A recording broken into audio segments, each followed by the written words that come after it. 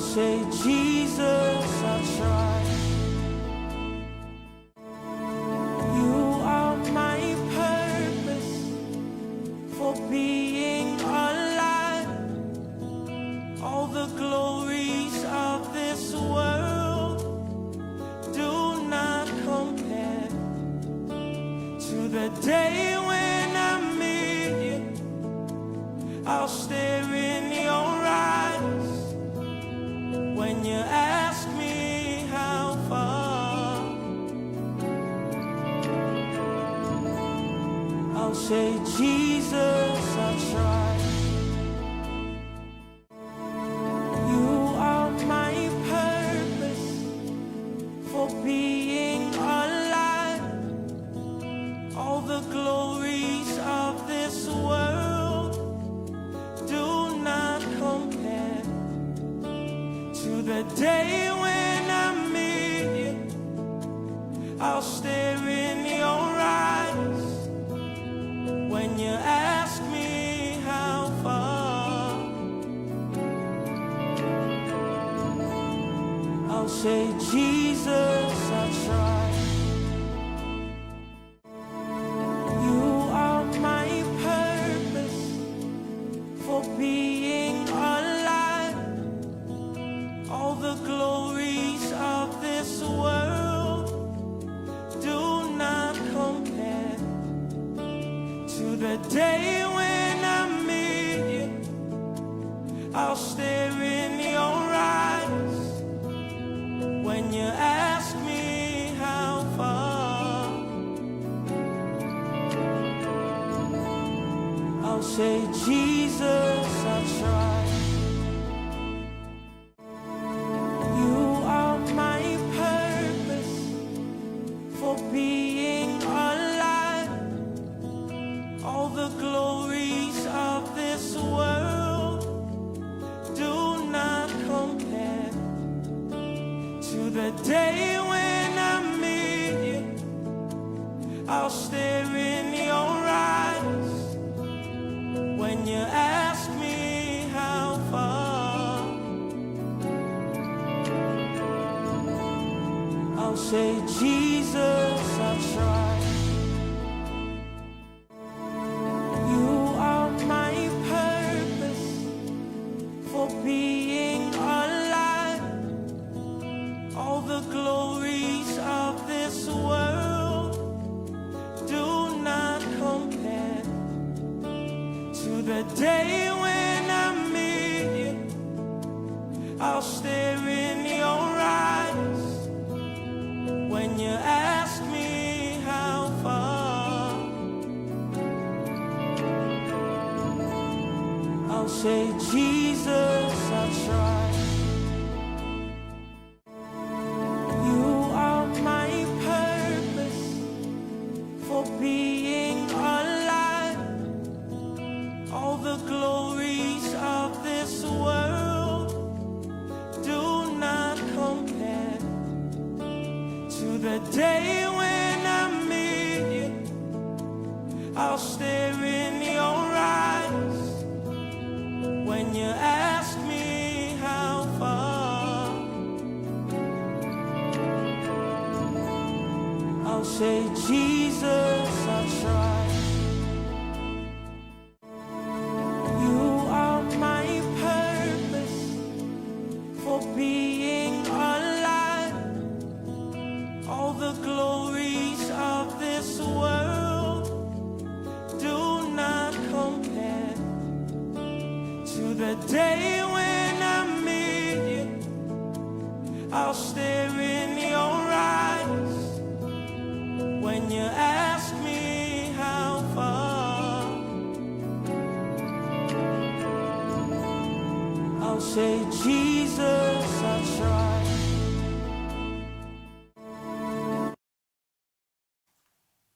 Amen. Praise the Lord. Hallelujah. At isang mapagpalang umaga po sa ating lahat dito sa UAE at sa Pilipinas at sa mga sulok ng mundo. Magandang umaga po at pagpalain tayo ng Panginoong Hesukristo. Welcome to our 40 days prayer and fasting journey. We are on day 14 and today is March 4, 2025. At sa araw na ito ay pag-aaralan po natin ang ating daily devotion from Rhapsody of Realities. Kung meron po kayo, you can get your copy so that you can read with me. At ang title po sa araw na ito is The Fullness of the Blessing of the Gospel. At makikita po natin ang scripture sa Romans 15:29. Tayo po'y magbasa ng salita ng Diyos. Ang sabi ng Romans 15:29, Apostle Paul said, "And I am sure that when I come unto you, I shall come in the fullness of the blessing of the gospel of Christ." Hallelujah! Tayo pong lahat ay manalangin. Libarahande rebosyande, Panginoon, magandang umaga. Banal na Espiritu, salamat sa pagsama mo sa amin, Panginoong Jesus. Panginoong Diyos, salamat sa panibagong araw na biyaya mo sa amin, punong-puno ng kaluguran, punong-puno ng kagalakan. Ito'y araw ng pagpapasalamat at araw kung saan ma-experience namin ang panibagong biyaya mo na punong-puno ng pagpapala mula sa iyong mga salita. At salamat po sa lahat ng aming kamanggagawa na kasama namin ngayon, nag-aayuno, nananalangin, nananatili sa pananampalataya at patuloy na din i-discover, inaalam ang iyong mabuting kalooban upang ito po ang aming malakaran at ito ang mangyari sa aming buhay. Salamat po sa araw na ito.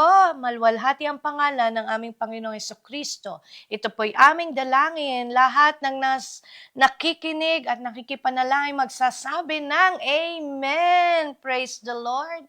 And again, good morning. Tingnan po natin ating mga nakakonect ngayong umaga. Pastor Don, dito po sa ating tahanan. Brother Jeremy, good morning sa inyo. Sis Dandan, Pastor Eric, Sis Ruby, Sis Carlene, Shalom, Shalom, Sis Princess, Jenely, Maryvic, at si Raymark, Shalom, Shalom, Shalom, Shalom. Amen. At ang lahat po ng mga naka-join, Johanna, Jomi, blessed morning sa inyo lahat, Pastor Eric, at sa lahat pa na mag-join ngayong araw na ito, pagpapala po ng Panginoon ang sasama sa atin. Praise God. So mag-start na po tayo. Let's read on our Rhapsody of Realities. Ang sabi po ni Pastor Chris, the Apostle Paul's declaration in the verse above, yung binasa natin kanina, is absolutely profound. Bakit? He spoke with certainty, saying, I am sure that. Amen? How many of you are always sure of what is to come? Minsan mahirap, pero this is what Apostle Paul is teaching us. Sabi ni Apostle Paul, I am sure that when I come unto you, I shall come in the fullness of the blessing of the gospel of Christ. Ito po'y sinulat ni Apostle sa kanyang mga, kung saan na-share niya ng kanyang mga salita. At sabi niya, kapag bumalik ako sa inyo, I'm sure na sa pagpunta ko dyan, ay darating ako na merong kabuuan ng magpapala ang salita ng Diyos ng Panginoong Hesukristo. Ano pong ibig sabihin nito? Ito daw na statement na ito ay nagre-reveal ng possibility na pwede pala tayong lumakad o mabuhay sa fullness ng blessing ng gospel ng Panginoong Jesus habang tayo ay nandito sa mundo. Praise the Lord! Nabalitaan niyo po ba si Donald MacArthur? Douglas MacArthur ba yan? Anong sabi niya doon? I shall return with certainty. Sinabi niya, babalik siya sa bansang Pilipinas. Nakabalik po ba siya? Kasi binanggit niya yung with certainty. Kung siya naniniwala na makakabalik siya sa bansang Pilipinas, lalo po tayo na mga anak ng Diyos. We should learn how to believe on the gospel, on the blessing ng gospel ng Panginoong Hesukristo. So si Apostle Paul did not say that he would pray for this to happen. Hindi niya sinabi na ipapanalangin ko na ito yung mangyayari sa inyo. Hindi, but he confidently declared it as he really walked on it. So yun po yung itinuturo ngayon ng Bible sa atin. And what does it mean to walk in the fullness of the blessing of the gospel? Ano bang ibig sabihin nito? Walking in the fullness of the blessing of the gospel signifies living in the complete manifestation of the inheritance of Christ. Ito po yung ating topic ng nakaraang buwan ng February, demonstrating His blessings, power, and divine nature. Ang ibig sabihin pala ng walking in the fullness of the blessing of the gospel ay yung paglakad o yung buhay natin in complete manifestation ng inheritance natin sa Panginoong Heso Kristo. Kung saan nagde-demonstrate ng kanyang pagpapala, ng kanyang power, and even the divine nature of God. So hindi lamang ito an experience na naka-reserve for us in the sweet by and by, but this is to be experienced on earth and in this time. So yung fullness of the blessing of the gospel, napakaganda po, no?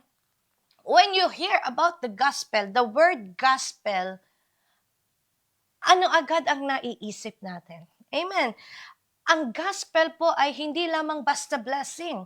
For some, it's a blessing, it's a direction, it's an instruction, but it's not just a part of a blessing. When you hear the word gospel, napakasarap na ang dala-dala ng salitang gospel ay kabuuan ng pagpapala ng Diyos. Amen? Hindi lamang 1/4, 1/3, or half, but the fullness of the blessing ng Panginoong Heso Kristo. Si Apostle Paul, confidence stemmed from his understanding of our life in Christ. Ganon po ka-confident si Apostle Paul sa kanyang pagkaunawa kung ano ang buhay na may Panginoong Heso Kristo. Kaya ako po ay nananampalataya, lahat tayo na nakikinig ngayon, lahat ng naka-join, lahat ng kasama natin sa journey na ito, I fully understand din at confident din ako na nauunawaan niyo rin ano nga ba ang tunay na buhay with Jesus Christ. For some, they think that life in Christ is a blessing of material things, a blessing of walang problema, but it's an elementary understanding. But for those who are greatly and deeply cultivating his life or their lives in the Word of God, tunay mong nauunawaan yung ano nga ba ang buhay kasama ang Panginoong Heso Kristo.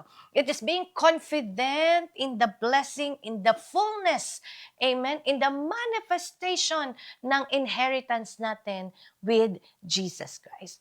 And this writing of Apostle Paul is a testament to this reality. For example, di ba, si Apostle Paul, madalas din yung sinabi rin niya in Philippians 4:13, I can do all things through Christ which strengthen me. It is a testament. It's a reality. Dahil nangyayari sa kanyang buhay. Amen. How many of you have experienced this? And it's not just one time. Hindi lamang ito sa tuwing may kahinaan ka. Hindi lamang ito kung kailan mo kailangan. Ito yung buhay na nilalakaran natin. That in every day of our lives, in every situation ng buhay natin, praise the Lord for we can do all things through Christ who strengthened us. Amen. Yan po yung dinedevelop ng gospel o biyaya ng salita ng Diyos sa ating buhay. Ano pa, sabi niya sa Philippians 4:18, He also affirmed, I have all and abound. Amen. Sabihin nga natin, I have all and abound. Napakaganda pong i-meditate. Nasa iyo na ang lahat. Ano pa? At nag-a-abound. It is overflowing. It is prospering. Praise God. So ito daw po ay mga words ng isang tao na kung saan ay lumalakad in the fullness of Christ's blessing. Kaya kitang-kita po natin na yung buhay natin kapag nasa Panginoong Heso Kristo. You can speak with confidence these words. Amen. Pagka may nangungumusta sa'yo, pare, mare, kumusta ka na? Praise the Lord. Amen. Napakaganda ng nilalakaran ng buhay ko ngayon. Kasi nga, nararanasan natin at yan ay pinaniniwalaan, pinananampalatayan o nauunawaan ng ating puso at ng ating kaisipan.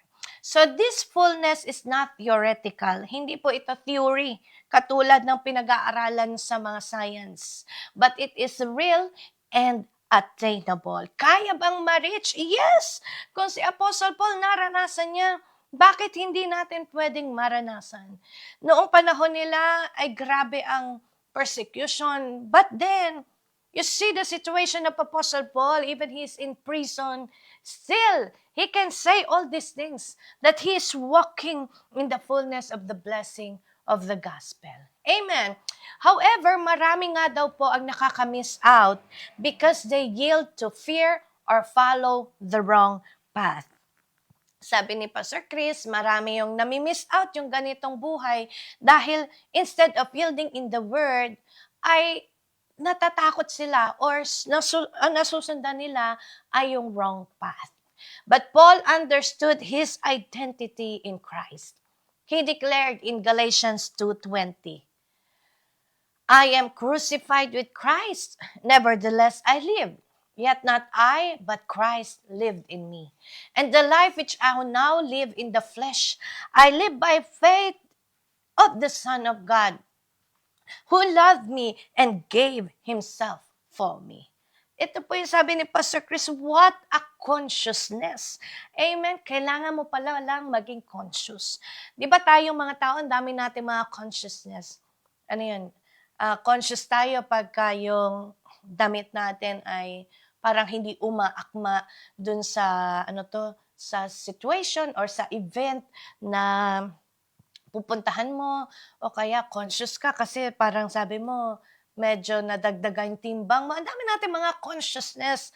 Pero the best consciousness that we could have is the consciousness of the gospel of God. Dapat dito natin ituon yung ating pag-iisip. Dito natin ilaan yung pag-meditate about our lives. Praise God. This understanding made Paul bold, unstoppable, and unwavering. He walked in righteousness and maintained oneness with the Holy Spirit. He lived a life free from frustration and defeat. Why? Sinabi niya in Colossians 1:27, Christ in me, the hope of glory. Amen. So kaya pala, mapagtatagumpayan po pala talaga natin ang buhay dito sa mundo. If we have the consciousness in the fullness of the blessing of the gospel, walang dahilan para hindi ka mabuhay ng mapayapa, para hindi ka mabuhay ng masagana. When you have this consciousness, amen, this life, na nandun yung pagpapala sa salita ng Diyos, sa Panginoong Hesukristo, nothing shall be worried about. So this is the life we are called to live. Amen. Ito na yung buhay natin ngayon na meron tayo. Ito na daw dapat ang pinamumuhay natin bilang isang Kristiyano.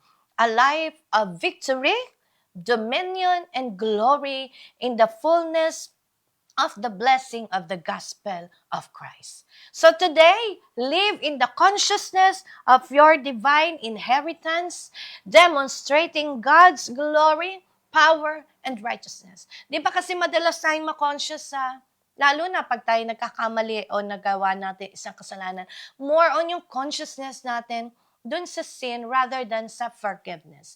Hindi ko sinasabi na wag na kayong maging conscious sa kasalanan. Pero alam niyo po, pag pala tayo conscious in doing the right thing, in the righteousness, syempre hindi mo magagawa yung pagkakamali. Di ba ganon? Pag ang iyong isip ay nakalaan o nakatuon sa tama, yung mata mo ay nandun lamang sa mga makalulugod sa Diyos, of course, hindi mo magagawa yung mga hindi makalulugod sa Panginoon. So, yun po yung gusto ngayong impart sa atin ng Word of God. Let's focus more on what God's want from us. Or ano ba yung kalooban niya. So that our consciousness, makikita mo na nag-e-enjoy doon sa kalooban ng Panginoon. Amen? Be strong, be courageous, and victorious, walking in complete oneness with the Holy Spirit. Hallelujah! At magagawa mo lahat ng bagay sa kapangyarihan ng banal ng Santong Espiritu. Kaya po mula ngayon, sa araw na ito, we walk in the consciousness of the fullness of the blessing of the gospel. Again, remember, when you hear the word gospel, it's not just a part blessing. It is the fullness of the blessing in Christ Jesus. Praise be to God. And let's continue for our confession. Let's say it confidently and coming from our heart. Dear Father, I thank you for calling me to walk in the fullness of the blessing of the gospel of Christ. I live in the consciousness of my divine inheritance, demonstrating your glory, power, and righteousness in every area of my life. I am bold, I am fearless, and victorious. I am walking in complete oneness with the Holy Spirit. In Jesus' mighty name, amen and amen. At para po masuportahan ng Word of God ang pinag-aralan natin ngayon, we can continue to read the Colossians 1, 26-27, Romans 15:29, 2 Corinthians 9 and 8.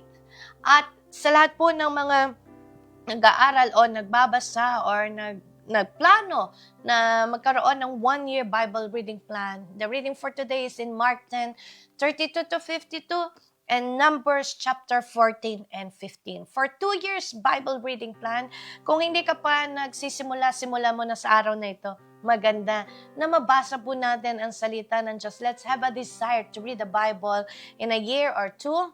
Ang ating pong reading for 2-year Bible reading plan is in Matthew 20, verses 1-16, and Exodus 13. Hallelujah! So ito po ang ating pag-aaral ngayong umaga. Let me just declare a prayer. Father, thank you for all those who are now in the consciousness of living our life in the fullness of the blessing of your gospel. Tunay, Panginoon, walang imposible sa iyo. Tunay na ang lahat ng bagay na mabubuti ang nakaplano mo para sa amin. Ito po ang inheritance na tinanggap namin in Christ Jesus when we accept Jesus Christ as our Lord and Savior. And from today, once again, O Lord, we are making our decisions that Jesus is the one, hallelujah, na kailangan namin upang ang aming buhay ay mapasaayos at maranasan namin yung tunay na biyaya mo sa bawat isa sa amin. Salamat po, O Lord. And today, I continuously declare na sa lahat po naman nakakonect sa amin, mararanasan namin, hindi lang sa minsanan, hindi lamang sa tuwing may pangangailangan, kundi mararanasan namin araw-araw ang kabuuan, ang completeness ng pagpapala ng salita ng Diyos kasama ang biyaya ng Panginoong Hesukristo. Salamat po, Panginoon. We thank you, we love you, and we bless your name. And this all we pray in confidence in Jesus' name. Amen and amen. Praise God. And once again, I would like to thank the Lord for the life of Pastor Chris na nagbigay sa atin ng inspiration para sa araw na ito for our Rhapsody of Realities devotional. At sa lahat po ng kasama natin, nananalangin, nagdi-declare dyan sa Facebook, tag your family and friends and let them hear ano nga ba ang katotohanan ng salita ng Diyos. See you again tomorrow for our 6 a.m. devotion at mamayang hapon abangan niyo po another revelation at 6 p.m. sa ating evening devotion. God bless you and great shalom. You are my purpose for being.